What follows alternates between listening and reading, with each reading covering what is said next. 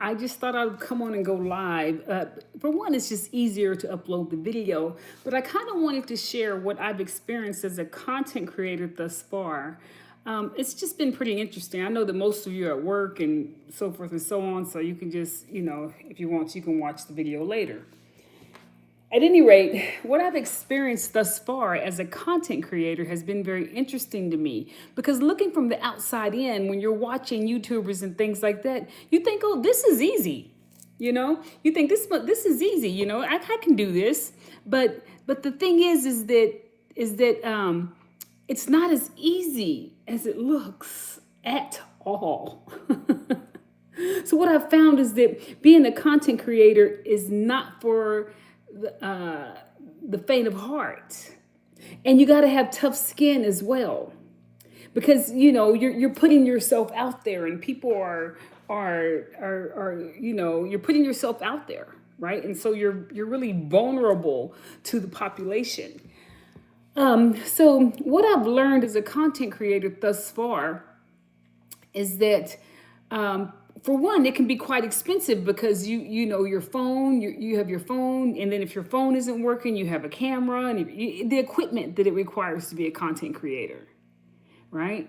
It can get pretty expensive. And then learning the phone, being a content creator, learning the phone, like for example, you can use up all of your data. But the thing is that if you take your phone back to Verizon or T-Mobile or something, they're going to try to get you to buy a new phone. I had to learn the hard way that you can just delete apps. And then, if you delete an app, like your YouTube Studio or your YouTube app, if you delete that app, that you don't really lose your data and you can just delete it. It deletes the data, so it opens up space on the phone, and then you can re-upload it, and then it creates space on the phone basically.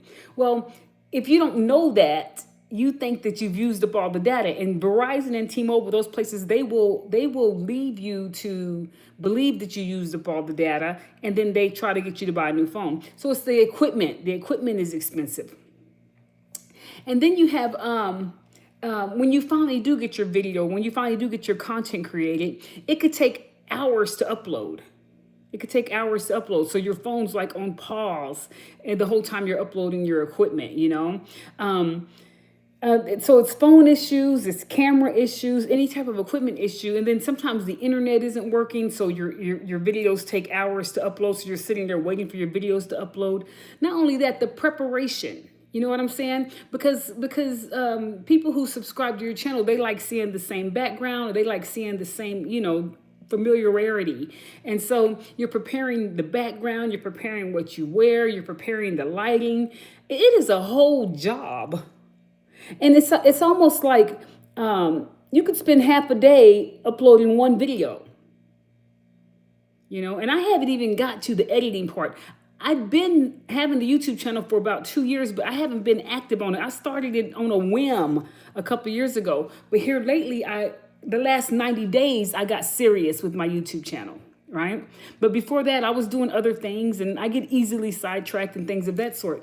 But for the last 90 days, I've been pretty serious about the YouTube channel. And what sparked it was when I did a video on narcissism, or the empathic narcissistic dynamic, and how passionate I got about that topic. I thought, oh, I have a lot in me on this topic. And so I started speaking on that, and then Spirit let me know that I was on the right track, because these downloads just started coming, and it was kind of easy to create. But it's not easy to create at all.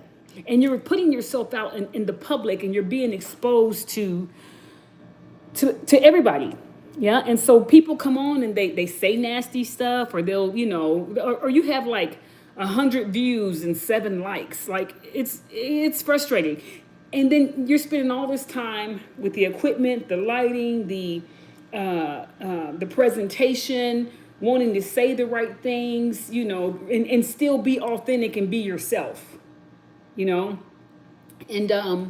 so it's just, it's a lot of work. And so not only do you have the equipment issues, and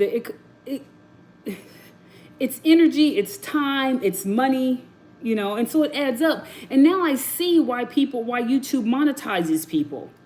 I used to think, why are they getting monetized? They're just on social media. How do you get monetized on social? Well, now I know. It is a whole job being a content creator. Yeah. Um, so it's very time consuming. Yeah. And I've seen some people, they get their LLC. So they literally make running their YouTube channel as a business. So they have it as a full-time job in the business. Now I don't know how much people make. You know what I mean? I don't know how much people make being a content creator, but people are content creators where they make money. And then I've had YouTube offer to become a partner. Now I'm not sure what that consists of yet. I haven't really done the research on it, but I think it's the first step to becoming monetized, right? And what I'm afraid of is that it's going to steal my creativity, because now if I'm monetized, now I feel like I owe them something. You know, I owe YouTube something, or I owe the creator something, and I have to be there because I'm being monetized.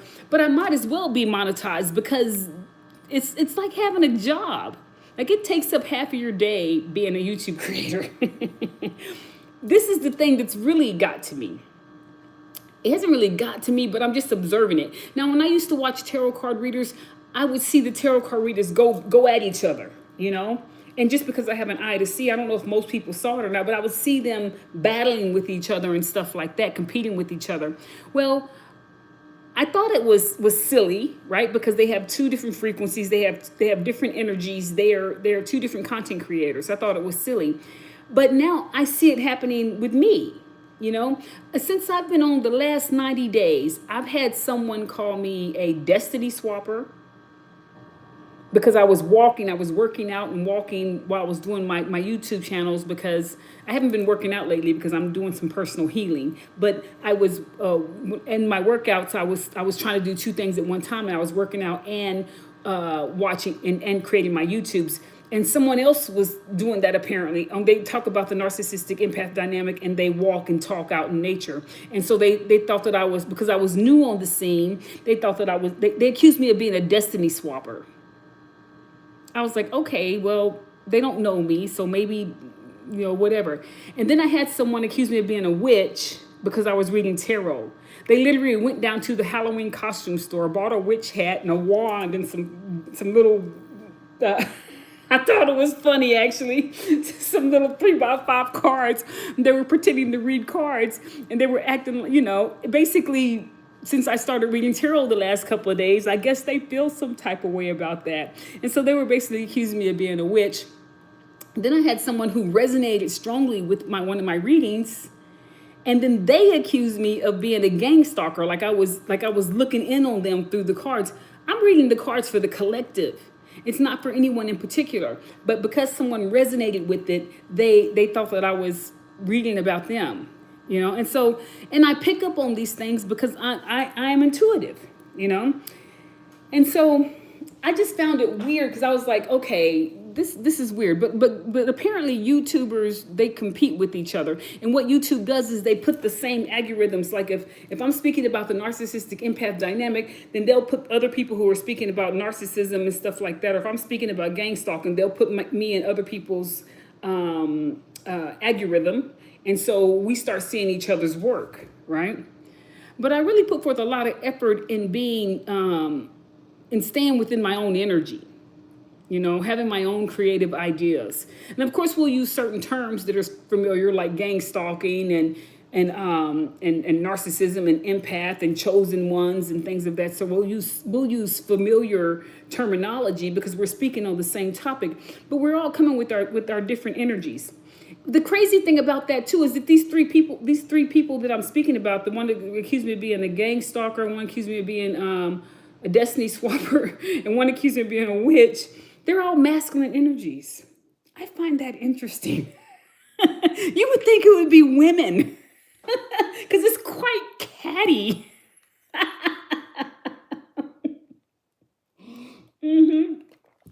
I find it quite catty. I actually find it kind of funny, but it's that. So you're putting yourself out in the public, and so you're putting yourself at risk for being criticized by people and things of that sort. And then you're putting yourself at risk of, you're basically vulnerable. Content creation makes you vulnerable, and then you're being, I don't know what the word would be. other content creators are coming at you, right? Because you're the new kid on the block. You know how they do the new kid on the block? They kick them around. So it's like you really can't get away from it, yeah?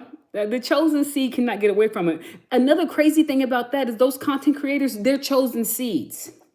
They're chosen. They're not narcs. They're not people. They're chosen seeds that are coming against another chosen seed. Now that's an interesting topic that I'll have to look into a little deeper. But yeah, maybe it's because it's the feminine energy, you know? But at any rate, they are hi, how are you? Uh Gazelia? Is that your name? Yeah. Hi, how are you doing? Chili Juice, thanks for being here. I don't really go live a lot. This is like my second time going live. Hi, hello, sir. How are you? Kumar. Yeah. Thank you guys for being here. I'm not really talking about much today. I'm just talking about the difficulties of being a content creator and contemplating whether or not I want to push harder. Yes, I can explain metaphysics in your back pain for sure. Yeah, I can give you some pointers on that. If it's in the well, basically, let me finish this conversation. I was trying to make up my mind if I want to go monetized or not, if I want to keep pushing hard enough to be monetized, because there's a whole lot that goes along with being a content creator that's not a lot of fun. Yeah. And I'm free to do and be whatever I want to do and be with my life. And so I'm trying to figure out if I want to step into that, because once I become monetized, I know I'm going to feel more obligated. I already feel obligated to my subscribers. I already feel like I need to show up for them every day. And I think that that's gonna be more powerful if I become monetized. I'm gonna feel really dedicated not only to my subscribers but to YouTube. Yeah, so I'm sitting in meditation about that. But the metaphysics to explain your back pain, if you haven't injured your back, if you haven't like literally injured your back, the back pain, is it lower or upper back? But if you are chosen by whom, Chili Juice? Well, you're kind of chosen, not necessarily. You're chosen by the ancestors, by higher ups. Basically, you're chosen to suffer. Yeah. Everybody can't be the winners, and everybody can't be narcissists, and everybody can't be front stage and center. And so you're chosen at birth. It's almost like it's a spiritual contract that one has at birth. Yeah. And so your natal chart, which is the blueprint, the snapshot of the sky at the time of your birth, will tell you, what your contract is. That's your contract, right? And so we come back to this realm over and over and over again, Chili Juice. This isn't our first time here, and the Earth realm is a school, and so we're learning as we go on this Earth realm. Yeah. How many kids do I have? I have two. I have a son and a daughter, and then I have a son and a daughter, grandbabies. I have twin grandbabies, boy, girl grandbabies. Now, with the back pain is not sure if you'll come back and watch this or not. Yeah, but the back pain, I didn't get to the questions fast enough. The back pain can be caused from root chakra issues if it's in the lower back. It can certainly be caused by root chakra issues. It can be caused by sacral chakra issues. So look up the root chakra and sacral chakra on how to heal those two areas. If it's the upper back, it's more than likely it's the heart. Yeah, you can get knots up under your shoulders in the center of your back. You can get these big knots up under there that are caused by heart chakra issues. Yeah, it's trauma trapped in the fascia, trauma trapped in the muscles. Yeah. The lower back, yes. So the lower back is the root chakra. So you want to look up yoga poses for the lower back, yeah. And so what you're doing is you want to release that energy from the root chakra. And so that's telling me, if it's not an injury, that's telling me that you've had trauma with maybe being unsafe, losing your security, not feeling grounded, maybe being without a job, being without food, being without shelter, things of that sort. And so the root chakra is blocked. And so you want to open up that root chakra. I recommend a gentleman. He's been around for a while. He's an old cat, but his meditations work. I wouldn't recommend anything I haven't tried. His name is Paul Santisi. And he has a chakra balancing meditation. Well, like I said in the video, you don't want to halfway do that meditation because it works with all 7 chakras. And so you want to be able to finish it. So if you have if you have 30 minutes, you want to listen to the 30-minute one. But if you have an hour, then you want to listen to the hour one, right? So it unblocks all the chakras. You'll release a lot of pain in your body by balancing your chakra system, by loosening it up. Now, I would be remiss if I didn't mention the fact that working with your chakras can also activate Kundalini, but it is the safest way to activate Kundalini, and Kundalini rises slowly and naturally versus if you did it by having an accident or by a intimate encounter or working with plant medicine. Yeah. Chosen by whom? Yeah. Okay. All right. Well, that's all the questions. Well, I didn't really come on for that, but maybe I need to come on for that one day. Come on and speak about the metaphysics of healing the body. Yeah. We can speak about any topic, but today I wanted to come on and speak about the complications of working, of being a content creator. It's wild. It's a whole job. Yeah. It takes forever to upload your videos, so forth and so on. And yeah. And so I'm contemplating. You're welcome, Chili Juice. You're welcome, honey. Make sure and also wear red or black crystals, or more red and black clothes now, to release that energy in the lower back. Yeah. Yeah. So, yeah, that's all I wanted to do was come on today and speak about content creation and how you're not only getting backlash from the public, you're not only putting yourself at risk for having backlash to the public, but you're having backlash from other content creators, being the new kid on the block, and that in itself is like, is this really worth it? Am I, you know, but then you have to think about that you may be helping somebody. Yeah. And if you are, and if you have that type of spirit, I have like the Virgo sun, Virgo moon. Virgo's the healer, and then Aquarius ascendant, which Aquarius loves to assist the collective in any way they can. And being on the internet really does assist the collective in large numbers. And so it's a great way to stay at home, be an empath, and also assist the collective. But thank you so much, Kay. Thank you so much, Kay. That means something. So it's corporate ladder situation. It is. It feels like a corporate ladder situation, like dog eat dog. Now I think it levels out after the content creator, gets way up there and they're like thousands and thousands of subscribers. I think it may level out at that point, because I've noticed that one of my favorite tarot card readers, when she first started, they were dragging her. Now this girl is tough. She's been through some stuff. She kind of has a background kind of like mine. And so that's one of the reasons I liked following her. And she was getting drugged by the other tarot card readers. Those other tarot card readers really couldn't touch her. They really couldn't. But she was getting drugged, and she just stayed and stayed and stayed. And now as soon as people see her live, they pop on. She got thousands of viewers. It just takes consistency, and it takes having a tough skin and not taking it personal. Yeah, so it is like a corporate ladder. It's like a corporate situation where it's dog eat dog. It is. Now I really understand why YouTube monetizes people, because it's like being at work. Crazy work. I wonder how much they actually get paid though. It'd be interesting to find out how much they get paid. I'm gonna have to look it up and see, just to see, if it's worth the it has to be worth it, because people stay and they do it forever, and I enjoy doing it. I do. I just don't understand the whole the other content creators coming for you. Now I have to say, I thought the one that went down to the Halloween shop and got the witch hat, he's funny.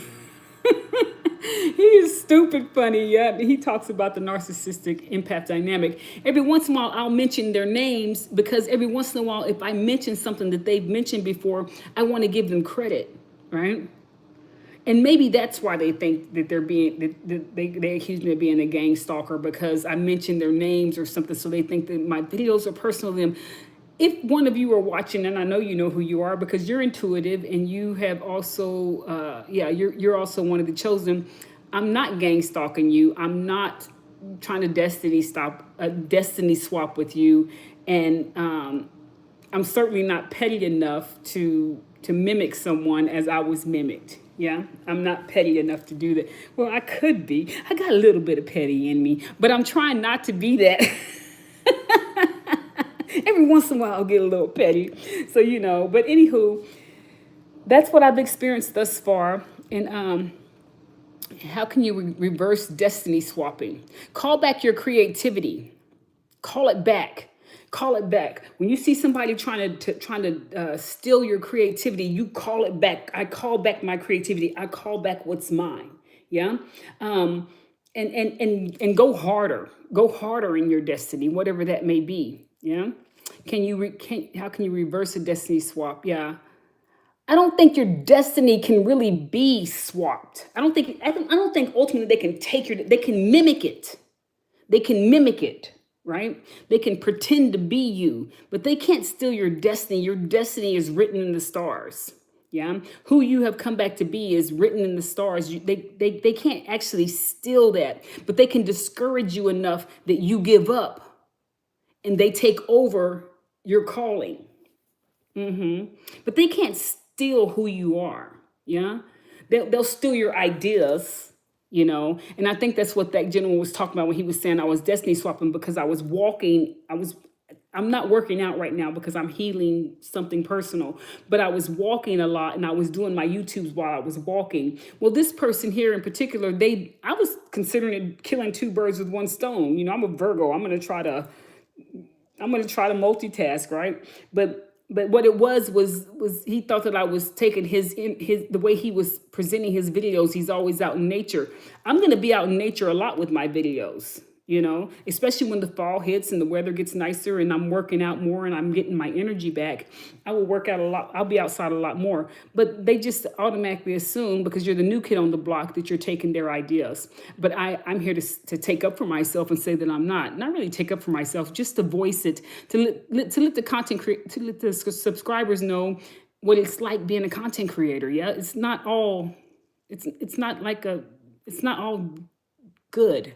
There's some negative stuff that goes along with it. I feel like I'm living the emotional nightmare and they are married for 10 years and 4 kids. Oh, so you feel like somebody's took your spouse. Oh. Yeah.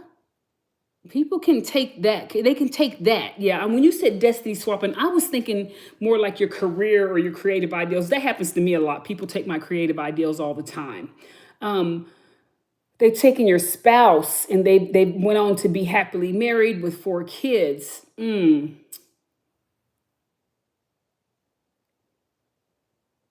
This sounds like, and I don't mean to be any type of way, Kay, but I think this sounds like something that needs to be healed.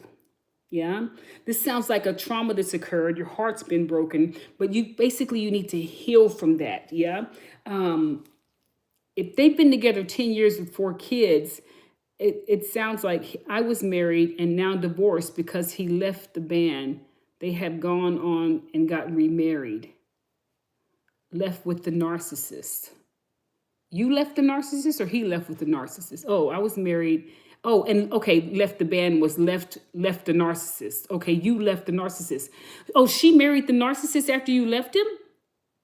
Well, that ain't got nothing. If that's the case, then she did you a favor.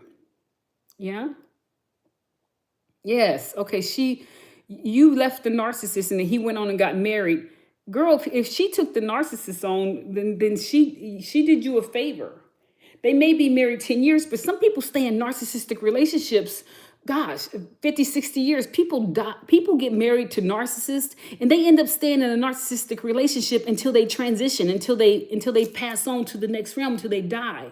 They never heal. They never get peace from the narcissist. Some people get stuck in the narcissistic relationship. I would say that you are winning. Okay? I would say that you were winning. It makes me feel as if I'm the problem because I have been running into more narcs before awakening. That's part of the empath. That's part of the empath's journey. You could have married twice. I married a narc, jumped out of the frying pan into the fire, and married another narc. We have to go through those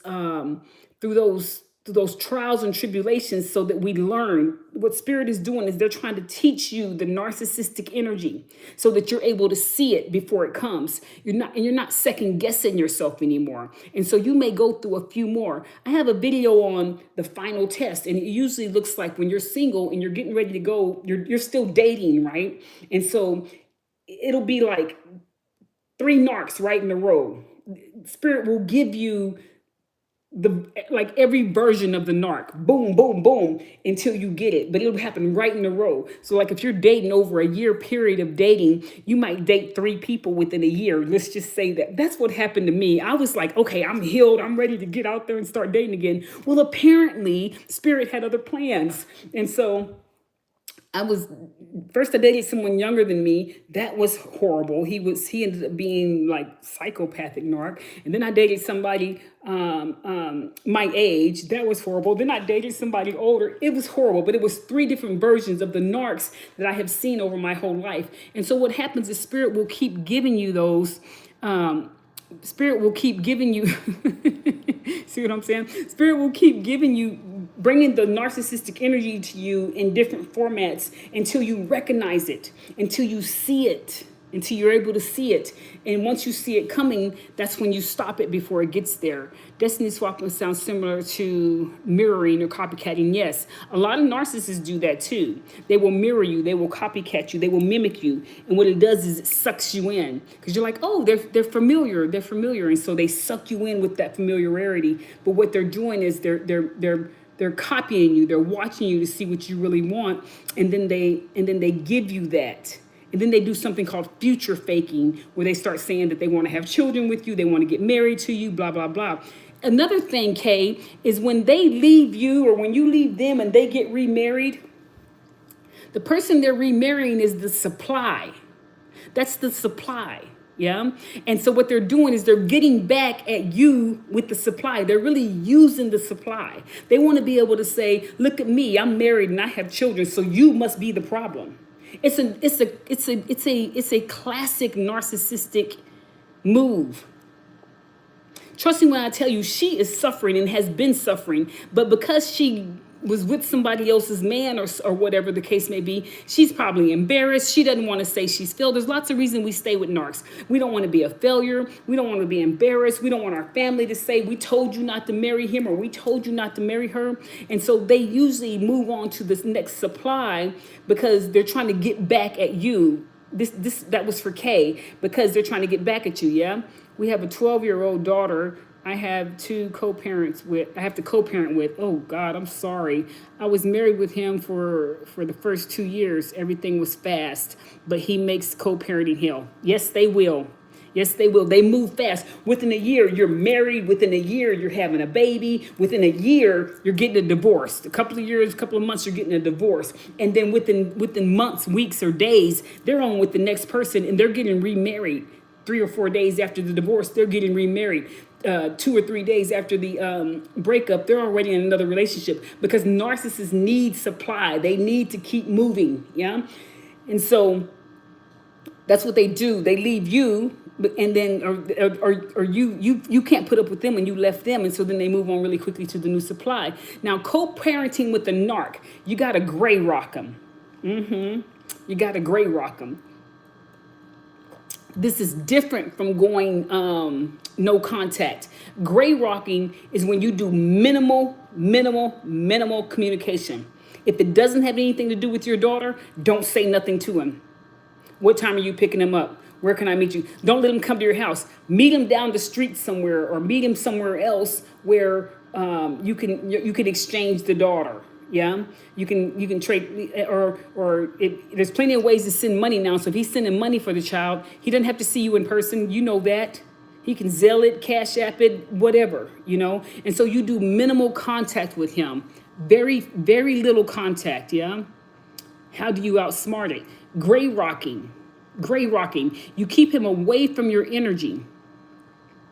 You keep them away from your energy. And the whole parenting thing, you're just gonna have to go through it. She's 12, she's almost 18. After that, you ain't got nothing to do with him, right? If she wants to see him, that's on her. She can go see him. But you gray rock him. It's the minimum text. Hey, oh, how are y'all doing today? What are y'all up to? What are you doing this weekend? One word replies. Yes, no, nothing, maybe.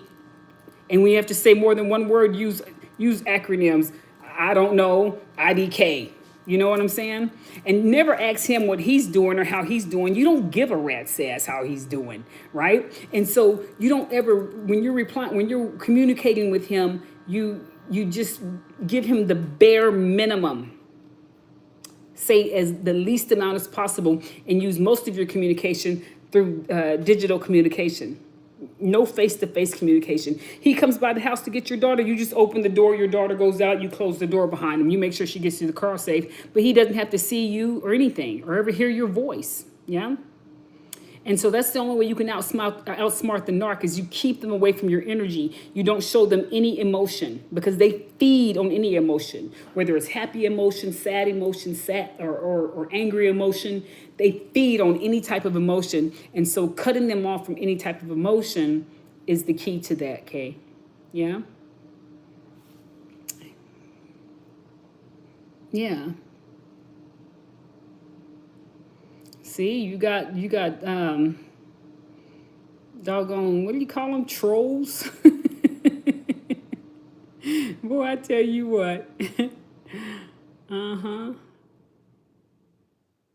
Hey, Mahatni, how are you? So, yeah. So, I didn't, well, it doesn't matter what I came on here for, but yeah, I was just coming on really to speak about how the being a content creator can be a pain in the butt. But you see how passionate I get when it comes to the narcissistic empath dynamic. So that right there, that's how I can tell the spirit is basically telling me to keep going. Yeah, basically telling me to keep going. Let me see here. I'm sorry. I have to see him at practices and so uncomfortable. I'm amazed how the new wife can cope with all of it. She's not coping with all of it. She's pretending because she doesn't want to be embarrassed. Or was he only that cruel to me? No, he's not only that cruel to you, honey. Narcissists are cruel to everybody. He just got him one. He got him one hooked. And he got her 4 kids. She's stuck. She is stuck like Chuck. And so she was hoping it was going to get better. That's what she was doing. And so she was staying longer and longer and longer. Now she's really stuck. You have a 12-year-old child. Well, sometimes you got to, I don't know, sit on the other side of the bleachers. You know what I mean? Hey, every once in a while, why don't you bring your date to the practice? Yeah? Bring somebody with you to the practice. A male friend of some sort, right? It don't have to be your boyfriend, but bring somebody with you to the practice. Since he went and got married to let people to let you know that he was not the problem, it was you. And so, see, I have a wife, I have 4 kids. Whole time, wife and 4 kids are miserable. Yeah, bring somebody with you to the practice. Yeah, maybe bring a male friend or something. Yes, we only email from here on out. I document everything. That's good. That's good. He liked to retaliate by holding information to the last minute, making it difficult for me to show up for my daughter at school events. I now document everything in case the courts in the future. Yeah, they'll do stuff like that. Well, communicate with your, oh, so he must have your daughter. Yeah, he probably has your daughter. That's why he's the one able to hold the information. Yeah, a lot of times they go get remarried and then, or they have bigger families than the empath. The empath is kind of by themselves a lot of times, and so they get they kind of get the upper hand when it comes to where the children spend most of their time. Yeah, yeah, yeah.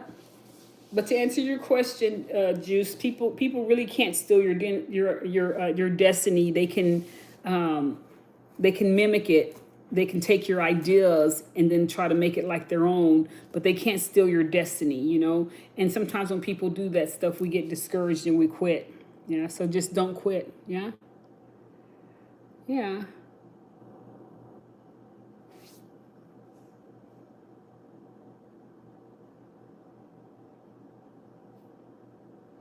Yeah. You got a lot of trolls and people that just say anything and do anything. You're welcome, Kay. Well, narcs are human predators that know how to pick their prey. Absolutely. They do. They seek out the empath, and the empath has a desire to heal and to help people. And so it leaves them open to narcissistic prey. Yeah. And the narcissistic women are deadly. Narcissistic men are deadly. But you just that's why spirit lets you. They look for empaths, yeah. But when they that's why spirit lets you experience them over and over and over again. Because when you experience it over and over again, because your higher self wants you to be able to recognize the energy. One way to, and I know that when you're young and stuff, this is really hard, but you have to go through your path. You have to go to your karmic path, and nothing that anyone says can negate that karmic path, right? So I'm not trying to negate your karmic path, but sometimes I just lost my train of thought. Sometimes you have to decenter relationships, meaning it's not that you can't be in a relationship, but you decenter it. It's not the center of your life. A lot of times we will go through life, and the reason we get our nails done, the reason we get our hair done, the reason we change our look, or the reason we lose weight is because the root reason of that is that we are hoping to attract the opposite sex. Yeah. And we don't typically admit that, but a lot of times people are keeping themselves up and looking good because they want to attract the opposite sex. But when you decenter relationships and you change yourself for yourself, you work out for yourself, you eat healthy for yourself, the things that you do to make yourself look good, you're doing it for yourself. And then and you're not doing it in order to attract the opposite sex, right? So that means that the ideal of relationship is decentered. A lot of people, they really say who they are as a person by if they're in a relationship or not. And a lot of people don't know how to be alone. So the empath that knows how to be alone, yeah, they're pretty powerful. Yeah, pretty powerful people. And then people have a fear of being alone forever. They have a fear of being alone forever. And that's legit. I get that. But I think that once you start healing and you decenter relationships and you get to a place where everything that you do it really truly is for self, and it doesn't have to do with anybody outside of self, that you will start attracting, a different caliber of human being. Yeah, narcissists thrive on thank you, Kay. I appreciate you. I really do. Yeah. And thank you, Chili Juice. I appreciate you too. Well, I could be on here all day. Everybody who's tuned in, I really appreciate you. And those who tune in later, yeah, it started out being the reason that I was coming on to try to express what being a content creator is like, and that you kind of the new kid on the block, and you kind of get kicked around a little bit.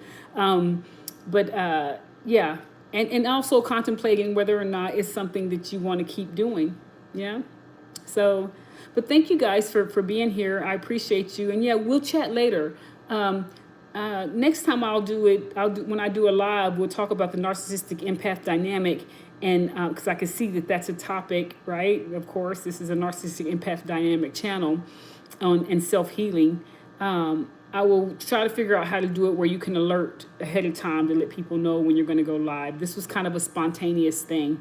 Yeah, I got frustrated. I had a video that took 2 hours to upload. I was like, this is frustrating.